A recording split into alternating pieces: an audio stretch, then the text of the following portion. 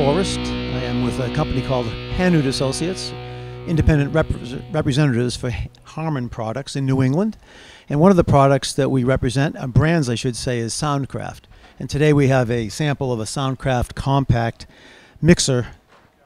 We're looking at the Si Compact 24 channel. It's one of a series with 3 products. It has a 16-channel rack mount, the 24 channel, and a 32 channel as well, starting at about $5,000 map price. We can take a closer look at the 24 channel if you'd like. Each of the products is built on a what we call totem, the one-touch easy mix. For the user, that means that there is a button and knob slider for every function. Most of the functions are singular and don't have anything more than that single control purpose. In the case of this mixer, we're looking at 22 faders with the 23rd and 4th channels available on layer B. Each of those channels has access to a central channel strip with high-pass filter, gain, 48-volt phantom, phase reverse, as well as gate, compressor, equalizer, and delay. You'll notice the LCD is small in this series of products, and that's because it's not used for much more than setting the board up. It will also give you some nice feedback, that is visual feedback for functions that you're using. If the silk screening for the parametric EQ is not large enough for your eyes, then you'll get a much larger display on the LCD. It's a console that sounds good and it's really easy to use. Again, with Totem, you have functions for the global encoders, gain, filter, or pan. In global mode, those encoders are used for all channels for the same purpose. Again, gain, filter, or pan. There are 14 configurable buses, plus left and right, so there are a total of 16 physical outputs on XLRs. This particular console has 24 inputs, but again, there's a 32 and a 16 available. So to use the console, simply select channel, select functions. If you're talking about outputs, we can solo a bus. With our fader glow system, a fader glows yellow when it's a pre-fade aux, or green when it's a post-fade aux.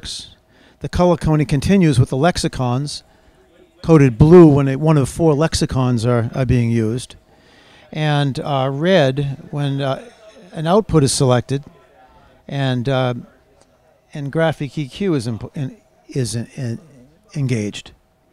30 bands of graphic on high and low bands, BSS graphic EQ.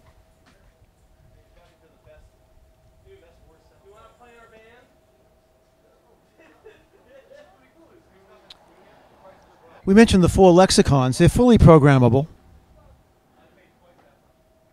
When engaged, you have selection of 29 different presets. If a delay is used, you have tap delay available. The parameters are fully editable, with various pages, and the controls line up with those pages. So once again, lexicon, choose an effect, and those parameters are engageable through the touch screen and quickly editable with the rotary controls. Any changes you make are automatically remembered and become part of that setup. The USB connection is for storing shows and for importing shows, but there's also a compact flash card built into the console, so you don't need to use the USB stick for recalling or importing shows or even saving shows. It's built in as well. You have a choice. There's a cue list with any number of cues that are storable, and there's a semi-automated feature where you can step through those cues with the next button. So recall and scrolling through cues is a breeze.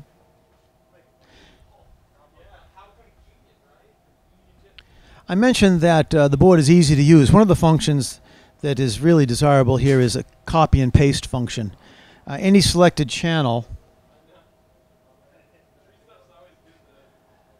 parameters can be copied with the touch of a button, and the individual parameters, meaning the processors, can be engaged or enabled or disabled, and then the paste button held with a two-hand operation, you can paste those easily to other channels by simply hitting the select button. It's very quick, very easy to use.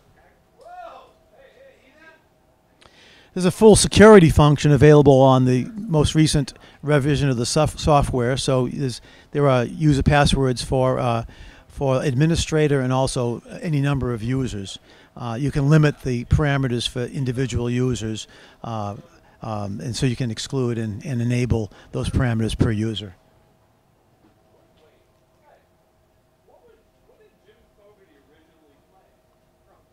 And finally, I have to say, with the most recent version of software, there's an iPad app available free of charge at the Apple Store. The app controls levels for buses, for channels, and a few other functions, free of charge, all part of the new firmware upgrade, and in conjunction with the high QNet port on the back, in a wireless router, you have wireless control of the board. If you want to take a look at the back panel is the same for all boards, that is, with the 16 outputs, the first 14 of which are configurable, pre or post fader, done through the LCD for assignment, 15 and 16 for left and right output. We have a 24 channel that we're looking at here, as I mentioned before, a 16 input version and a 32 input version, all on XLRs. Each board also has stereo inputs, a pair, AES EBU, high QNet for the wireless router, and also for the online editor that we'll have soon, and a pair of, actually 4 inserts for channel inserts of external gear, MIDI, and word clock complete the back panel.